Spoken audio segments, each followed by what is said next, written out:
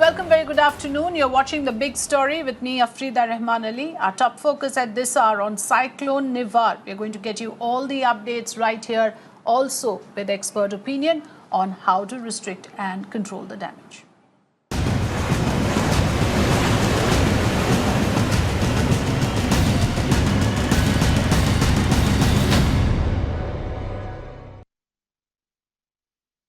Well, as Cyclone Nivar is expected to intensify into a severe cyclonic storm as it is expected to make a landfall in Tamil Nadu and Puducherry coast late in the evening. In fact, what we are now learning is that the landfall could happen post-midnight. Public holiday has been declared in 13 districts of Tamil Nadu. Several flights and trains have been cancelled. According to IMA, massive crop damage and loss of property expected in 13 vulnerable districts of Tamil Nadu. Chief Minister E. Palaniswamy visited Chembarambakam Reservoir after floodwaters were released earlier today. So that's the big picture that we are getting here. And of course, our reporters are deployed across the states of Tamil Nadu and Puducherry to give us an understanding of the ground situation. Pramod Madhav joining us from Viluppuram district and Deepak Bopanna from Cuddalore. Pramod and Deepak, first up, I want to come to you. Pramod, what exactly is the weather like? You're right there on ground. If you can take us through the latest developments. Pramod, you're joining us from Viluppuram district. Tell us which are the worst affected areas and districts and where exactly are you now? What are the weather conditions like? So far, we could see that, there's continuous rain, and we have crossed Mohapatra, we have crossed Kalpakam, and even now at this location, it's continuously raining. And for the next 24 hours, also 7 districts are expected to have a lot of rain. This has been given so far, and on the government's end, they have made it very clear that the backup teams are ready. As per this cyclone, what they're expecting is that a huge amount of trees to fall, and those things have already prepared, and that's what the state government claims, that immediate jet pumps and wood cutting equipments, everything has been kept on standby, and all these things have been adequately placed in various shelters where people have also been kept from low-lying areas. Considering this cyclone is going to hit in the northern part of Tamil Nadu, 7 districts in particular, starting right from Chennai to all the way to Thanjavur district, all the areas have been alerted, and this is the kind of preparation so far it's been done. Specifically for Chennai, Chembarambakam Lake that almost reached 22 feet of water. The total capacity is 24 feet. That has been released, but even there to make sure that people do not panic much, because Chembarambakam Lake is allegedly considered the reason for the 2015 floods. Chief Minister himself went there, he visited the place, and officials have stated that so far only 1,000 cusecs of water is being controlledly released, so people do not have to worry much. The only thing that it seems to be worry currently is the excess amount of rain that we are facing now.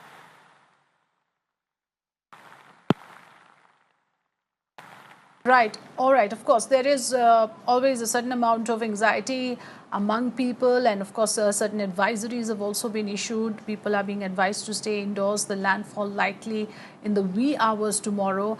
Deepak Bopanna is also with us from Cuddalore. Deepak, if you can hear me, a quick update from you as well, from what's happening on ground. What are things like?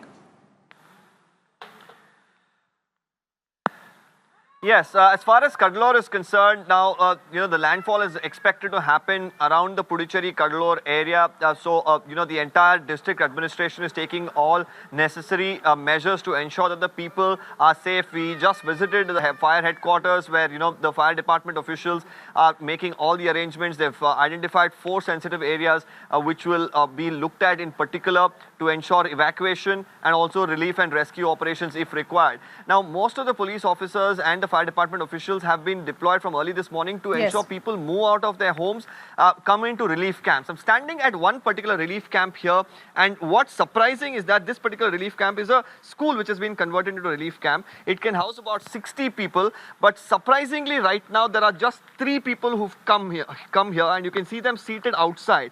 But the most disappointing and heart-wrenching situation here is that the 3 people haven't been given food or water up until this point. They've been here for the last 3 hours. No food, no water, not even a blanket. They were just given 1 mask up until now. One of them is seated here. நீங்க வந்தபோது என்னன்னா கொடுத்தாங்களா உங்களுக்கு blanket சாப்பாடு தண்ணி என்னன்னா கொடுத்தாங்களா? தண்ணி எடுத்து வச்சாங்க, மாஸ்க் கொடுத்தாங்க. out of that. And the water, we spoke to another person, is this water which is not drinkable. They bought it, they said it was pumped out from one of the places here, and they say it's probably risky to drink this as well, especially at this point in time. And we spoke to the other two people who've just gone inside, and they too expressed their concerns about being here. Now, if the district administration sets up a relief camp, if they want people to come here, leaving their homes, which many people are reluctant doing that because they don't want to leave their homes despite, you know, the warnings that have been issued by the IMD. If this is a situation at a relief camp, it's going to make things even worse for the people who come here. Back to you in the studios. Absolutely, and this is always a concern, Deepak. I've seen it in so many situations that people are rescued, they are moved to these kind of relief camps, but after that, what about their basic requirements? What about their basic food, water, medicines or sanitation facilities? That often I have seen is not adequate, and you're showing us exactly that. So we'll have to see how the authorities respond to this. I'm going to go across to Tanima. I of course have an expert panel as well to help us understand the situation, but Tanima will first tell us the status of the cyclone as of now. Tanima, if you can tell us how far and how fierce is it at the moment? And when we talk about the landfall, what kind of timeline that we are looking at from now on? That's right. In fact, as we have been reporting that earlier the landfall was expected to have taken place later on in the evening, but now the IMD even now is actually maintaining that the landfall is not going to be any time before the midnight. In fact, it's going to be a post-midnight timeline. The exact timeline is still to be given out by them, but that you can see is of course the eye of the storm that we are looking at over here, and it is still to actually hit the Tamil Nadu coast and approach the Tamil Nadu coast. And in fact, if we look at the moment, the wind speed is also not very high actually, and this is what we do know is that it is going to intensify into severe cyclonic storm between 120 to 140 kilometers per hour. That is the kind of wind speed that we are looking at eventually from Cyclone Nivar, but that has not happened yet. Now what we can in fact see is that the IMD has in fact said that scattered rainfall is of course taking place in several areas in the coastline of Tamil Nadu, in Puducherry, as well as in some areas of Andhra Pradesh, and this light intensity rainfall will now continue for the next few hours or so. We are also being told that there is of course that this is going to now, the latest message that I'm looking at from IMD on their website also, what they are saying is that the landfall can take place anytime between midnight to the early hours of 26th November. So there is possibility that it could actually take place really early in the morning tomorrow and not exactly after midnight. So as you can see, the movement is of course it's gradually progressing, but at this point in time the landfall is still a few hours away. Okay, in fact, we have the DG of IMD himself joining us this afternoon. Welcome, Dr. Mrutyunjay Mohapatra, Director General of the Indian Meteorological Department, and also Dr. Naveen Bhatnagar, who's a retired DIG of the NDRF. Thank you both for joining us today. I want to go to Dr. Mohapatra first. You've heard several references during our coverage as well on what the IMD has stated, and I want you to corroborate for us the information that is coming in, particularly with regards to the forecast, with regards to the current status and the severity of the cyclonic storm. People of course always have anxieties around how bad is it going to be, and on the specifics of the landfall, sir. As predicted, the tropical cyclone Nivar is gradually intensifying, and it is going to be a very severe cyclonic storm, and it will have the wind speed of 120 to 130 kilometers per hour, gusting to 145 kilometers per hour. And it will cross Tamil Nadu and Puducherry coast by tonight, that is midnight, to early hours of 26. That means you can say anytime between 10 o'clock to 4 o'clock in the morning, even before 4 o'clock. So while it will be crossing the coast, it will have three types of damaging impacts. One will be the heavy rain. The heavy rainfall, because of the cyclone, has already started from yesterday, as we predicted. There has been heavy to very heavy rainfall in some places, in coastal districts of Tamil Nadu. For example, Chennai has received so far, from yesterday morning till now, it is about 30 centimeters of rainfall. So we are further expecting that this rainfall, which is continuing now in Tamil Nadu, especially North Tamil Nadu, will continue today, and we will have heavy rainfall at a few places and extremely heavy rainfall. That is rainfall more than 20 centimeters at some places also. So this rainfall can cause low-lying areas inundation. It can cause flooding in city areas, especially. It can cause the problems. Apart from this heavy rainfall, we are also expecting the winds. These winds of 120 to 130 kmph, gusting to 145 kmph, has the capacity to cause extensive damage to the thatched houses, tin houses, asbestos houses, and other vulnerable structures. It can also cause the uprooting of big trees, large avenue trees, like bushy trees of mangoes, banyan, etc. Also, it can cause the uprooting and bending of electric poles and telephone poles. It can cause the damage to standing crops. And also, because of this tidal wave, which we are expecting about 1 to 1.5 meter above the astronomical tide, there will be inundation of the low-lying coastal areas. As we are expecting that the cyclone will cross near about the Puducherry area. Right. So therefore, the districts which are to the north of Puducherry, that will be more affected, because in those areas, the tidal wave will be inundating lower areas, and also rainfall we are expecting more, and also winds are more to the right side of the tropical cyclones. Therefore, Villipuram onwards to the north up to Chennai, we can have more impact as compared to the southern districts.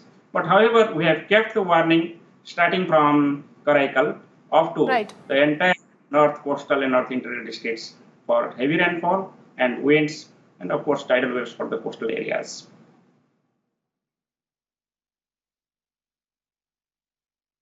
Right. Now, that's very important information, and you've just summarized it for us in terms of the areas of influence and the worst affected parts and those vulnerable areas, particularly where people will have to be evacuated.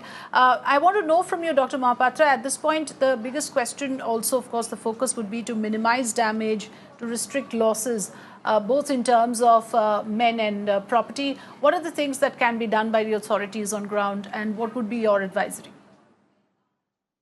And there has been continuous warning information to general public, disaster managers from 21st of this month. And gradually we have upgraded. Based on this information issued by IMD at the national level and at the state level, at the highest authority level, there has been coordination and planning for evacuation of people. Government of Tamil Nadu and Puducherry are evacuating people from the low-lying areas. And also other measures, those which are likely to be affected, like railways, surface transport, aviations, and drinking supply, sanitations. All the agencies involved with all this service provided to people has also been coordinated. So I will suggest that people should move to the safer places from the coastal areas, and they should stay in safer places as long as there is warning.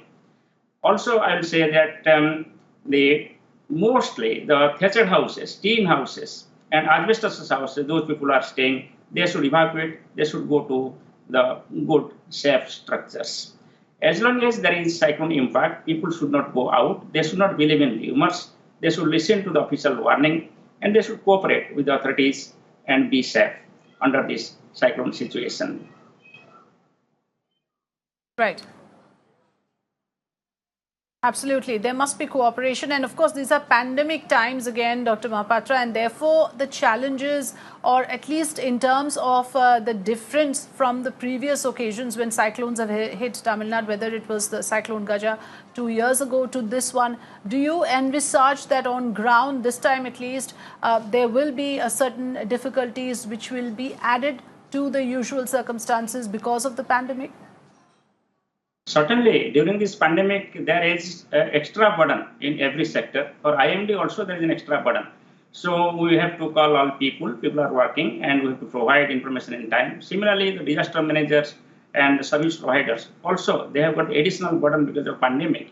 And especially while accommodating the people in the cyclone shelters, we have to maintain the distance and all the norms of the Government of India for the management of the pandemic situation. And as I understand, based on the National Crisis Management Committee meeting headed by Cabinet Secretary, all these factors are taken into consideration by Government of Tamil Nadu, Puducherry, and Andhra Pradesh.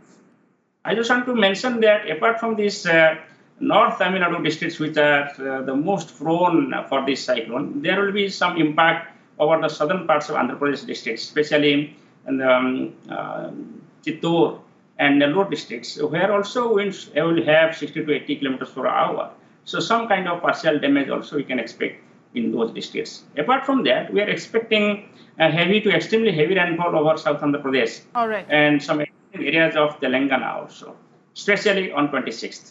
Today is the target day for 25th the target day for North Tamil Nadu and Puducherry. And 26th is mainly target day for Andhra Pradesh, and that includes South Coastal Andhra Pradesh and Rayalaseema area and some adjoining areas of Telangana. But most important and most vulnerable where action is most needed, that is North Tamil Nadu coastal areas.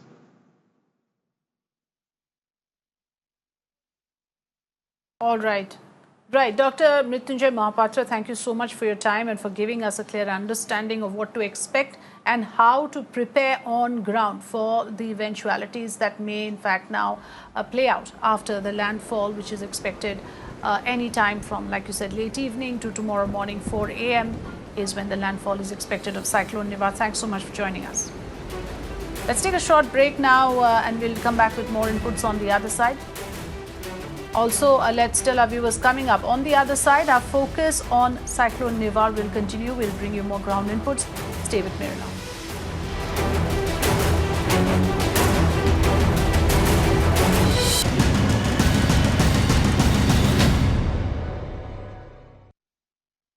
Welcome back. Let's get you this ground report from Mahabalipuram, which is very close to the point where the landfall is expected of Cyclone Nivar. Let's listen in.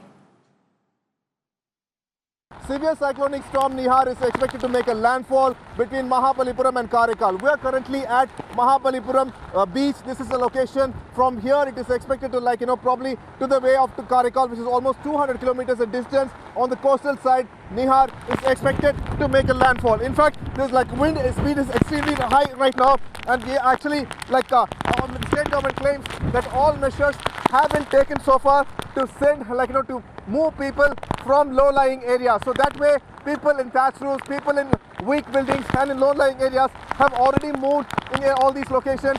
7 districts are said to be in extremely, critical condition, and rescue teams and NDRF teams, the state government claims that they have already been placed over there.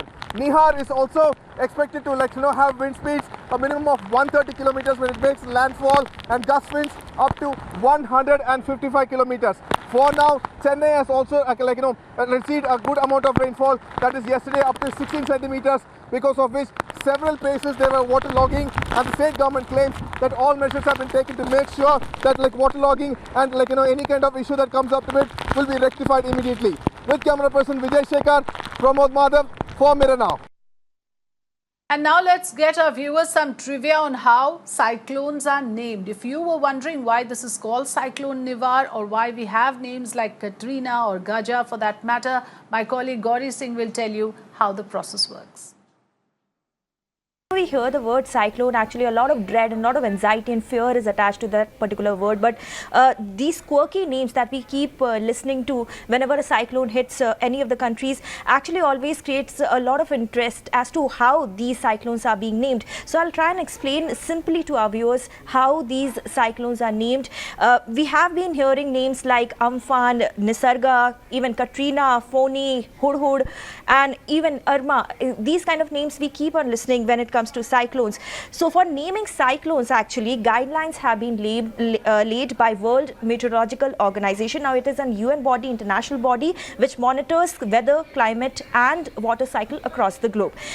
Now the practice of naming storms actually started in United States, and the basic purpose was to name the cyclones in a simpler way so that it is easy to identify, it is easy to remember, it is easy to understand, and also the entire procedure to create awareness among people also becomes easier. It is not possible with a technical number or a technical term. That is why a simpler term is being given to cyclones for the purpose of identification. Now moving on, in mid-1900s, it's an extremely interesting trivia. Storms were only given feminine names, but male names were assigned to storms only after 1900s. In fact, towards the end of 1900s, we saw that forecasters actually started using male names for the cyclones and storms in southern hemisphere. Now, how these names actually are decided currently. Northern Indian Ocean region. This is basically a group of countries which names cyclones which occur in Bay of Bengal and also in Arabian Seas. Now, who all are part of this North Indian Ocean region? 13 members are part of this particular group. It includes Bangladesh, India, Maldives, Myanmar, Oman, Pakistan, Sri Lanka and Thailand, and also in 2018, 5 more countries were added in this particular region. It includes Iran, Qatar, Saudi Arabia, UAE and Yemen. Now, what happens, what actually these 13 nations do, a total of 169 cyclones were named by these countries for this year, and 13 names were actually 13 names were given by each of these countries.